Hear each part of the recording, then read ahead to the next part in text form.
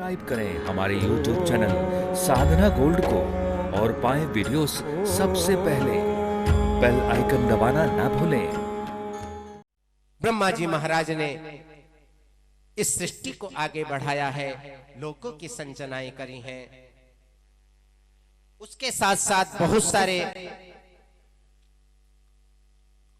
इस सृष्टि की प्रक्रिया के साथ साथ में जरायुज, अंडज, स्वेदज, उद्भिज्य चार क्रम से। जरायुज मने जो जरा के साथ में, जेर के साथ में जो उत्पन्न होते हैं वो जरायुज कहलाते हैं। जैसे पशुओं में गाय, भैंस, मनुष्य, ये जरायुज है। अंडे को फोड़ करके उत्पन्न होने वाले जीव अंडज कहलाते हैं। भूमि को फोड़ करके निकलने वाले उद्भिज्य कहलाते हैं, जिसमें वृक्ष, लता, गुल्म आते हैं। और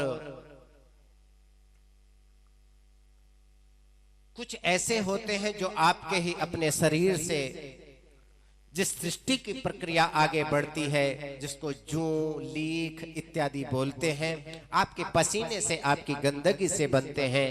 ऐसे 84 लाख योनियों में जरायुज, अंडज, स्वेदज, उद्भिज्य इनकी उत्पत्ति करी है। पराशर जी महाराज ने पुत्र पौत्र सृष्टि का क्रम और आगे बढ़ सके तो तामसिक सृष्टि करी है। देखते देखते पहले मानसिक संकल्प बढ़ रहा था, परंतु मानसिक संकल्प से दुनिया का निर्माण तो हो रहा था, परंतु वो एक जैसी ही दिखलाई पड़ रही थी। न किसी को बुढ़ापा आ रहा था, न कोई संसार को छोड़ कर के जा रहा था, बस जैसे हैं वैसे ही बने रहे। लेकिन ऋषि और महर्षियों के मन में बात आ गई, अरे संसार का मतलब है कि इसमें दिन प्रतिदिन ह्रास और विकास होना चाहिए, अपक्षय और वृद्धि होनी चाहिए।